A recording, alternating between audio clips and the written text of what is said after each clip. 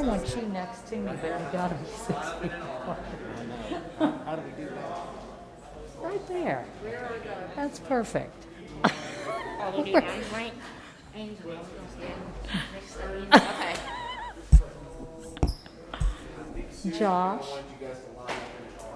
Josh, will you, just so you stay the distance, I want you up here.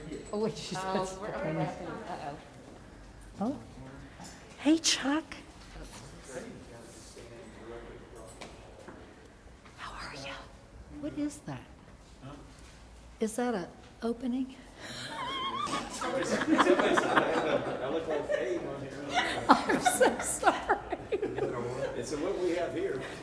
We're gonna miss the days of masks. Oh my gosh.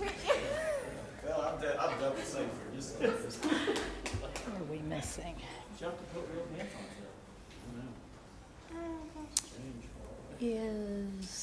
Do we see any more council members? All right. Okay, well, let's get going. Shall we get going? Let's do it. All right, let's do it. All right, welcome everybody to a Good Friday afternoon. First, I want to welcome council members who have joined us. We have Councilmember Fred Brown, Councilmember Josh McKern, Councilmember Angela Evans, Councilmember Susan Lamb, Councilmember Chuck Ellinger.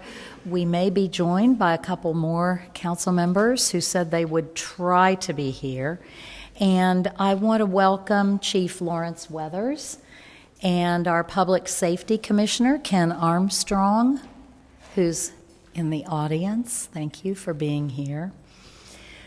So today, I am here to announce the creation of an after-action review group that will examine police discipline policies and procedures, for example, critical incident cases that resulted in discipline approved by council. People across our country, including people here in Lexington, are demanding more accountability and transparency in the way police are disciplined, and we have heard them. I want to be clear about this, though. I think our police force is excellent. They're well trained. This will not affect an officer's ability to do his or her job. I believe by establishing this process of providing external after-action input and review, we can make them even stronger. This committee has the support of Chief Weathers. This committee will shine light on the discipline process by reviewing steps taken in critical incident cases.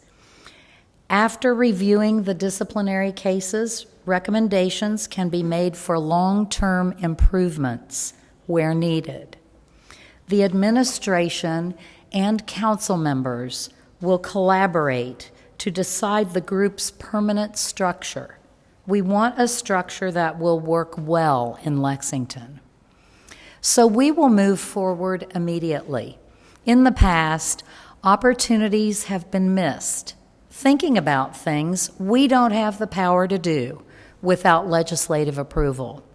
This may not be a perfect solution, but it is a solid next step, and it is something we can do now. When the recent protests began a few weeks ago, I called them a rare opportunity for our city. I said the protests could become the foundation of needed changes, and that's what's happening. We've taken time to collaborate with, to listen to the community, an important step in any changes we make. And I'm determined to make improvements quickly and to continue to make immediate changes as opportunities present themselves. And I look forward to working with the council to do this together. So thank you very much, and we'll entertain questions. Will this after-action review group have discretion to review cases that weren't already approved by council? All discipline has to eventually be approved by council. So, no, they will not, this will only be cases that have been reviewed and the council has issued their approval or they have changed, made a change. Any other questions? Who's going to be on the board? We don't know yet, Beth. That's why I want to work with the council to figure out how we're going to do this. This will be a small group of people, not a really large group. There are other cities which do this, and they do it effectively. And we think it's a golden opportunity for us, particularly in these, these cases where there has been, it's a critical incident, there's been use of force, those kinds of things. Will it be limited only to critical incidents? Yes, for now. What kind of voice are you looking for within this committee? Is this going to be a diverse group with police, citizens, all that? Where are we going to see people coming from? We haven't fully fleshed it out, but my thinking is that we will need some folks who have knowledge of how police disciplines should work. We want objective people who don't come in with a preconceived idea of what should have happened before they've seen it. We want people who are familiar with processes and procedures and how they operate beginning to end, those kinds of folks. I don't know yet who it is, or who it will be, or exactly how many. It will not be a large group, but this will be an opportunity for us to have some good review. This is not unlike military operations where there's after-action review, which leads to change and other policies that can be implemented. It's that kind of a group. How will this help? How do you feel this will help? Well, much of what, I'll look at this in kind of the broader sense. The question is, how can this help? This will be a group that has citizens on it, and it will be a group that can review exactly whether the procedures in place and the policies led to the action that was appropriate. And so I think it can lead to change with recommendations going forward for long-term change. Seems like the march that Black Faith Leaders did back in that letter certainly had an impact on today's decision. Is there anything else that from that letter that you all might be looking to implement or having discussions on? Yes, there are several things, and I want to step back just a second before I answer your question about what other things can we look at that were in the Faith Leaders letter. There are many things that we, the council and the mayor, cannot do. We're restricted by law, by other guidelines. So what we're looking for is things we can do that can make an immediate impact. So to that question, I think one of the things that as a government we're going to be doing is the review of our minority contractors and how we go about increasing the participation in projects by minority contractors. We already do that. The pastors are asking for a 15% participation in that, and we've got to really take a good hard look at that and how we can achieve that. I think that would be a great thing. And they talked about the no-knock warrants, search warrants, and I've already put a moratorium on those, except for life and death situations. I know that the council will be interested in looking at that. The commission I'm getting up and running will look at that. These things just need a full vetting. And so there are those sorts of things that can be attended to in the future. And with my commission, it will not be a year-long commission or a 2-year-long commission. It will be a 60-day commission because I want some action soon. Will this group be able to examine cases from, say, 5 years ago that resulted in discipline? That hasn't been determined yet, as far as the parameters of time, how far back they can look. My thinking is that most recent is best because that's what's happening now. Council members will certainly, I want to know what council members are thinking about those kinds of things and what's the best practice. How soon will you be looking to fill spots on this review board? Well, that's a great question. I told my staff and some of the council members, I want this to be done quickly, to get it filled in, get the structure set. We'll need some attorneys to help us be sure we're doing legal things and the right things. And I envision it will be set up very soon in the next week or two. And it's not something we need to stretch out very long. I think we can do it pretty soon. I just want to clarify, if the council declines to take the disciplinary action, could the review board have power to supersede that decision? No, that's not what this is. So the process, and I'm going to talk about the process in front of the chief, which is always dicey because he knows more than I do. But just thinking simply about the discipline process, there's a process within the police where they move a discipline forward through their process, which goes to the chief. If I'm a police officer who's being disciplined and I disagree with the discipline, I can always petition council for a hearing.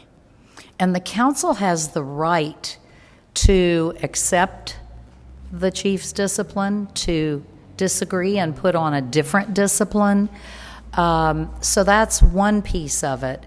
The other piece is many disciplines for police and fire come forward and the officer or the firefighter has agreed to the discipline. And then the council hears some basic information and they vote on it. They are the final approving authority of any discipline in police or fire. It's the council.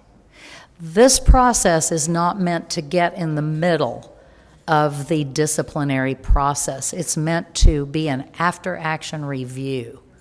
Did it work the way we thought it was supposed to or not? If it didn't, what can we recommend to the chief and the process that would help going forward? Does that make sense? Mm-hmm. Yeah. This we can do without state law change. We can do it without getting in the middle of collective bargaining. We can do this. You believe there needs to be more state law changes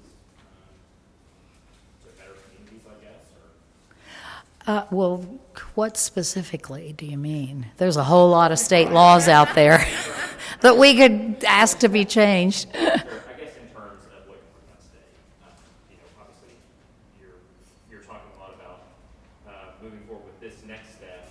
You have to be careful not to jump over some state laws. Right.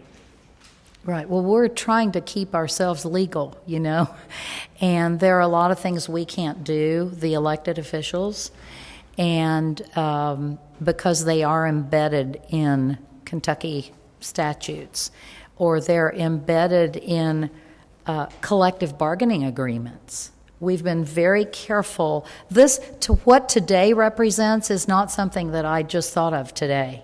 I've had multiple conversations with the chief, the commissioner, other folks to be sure I understood where we are and what we could do and what this opportunity presents for us going forward. So I have not yet looked at state law changes.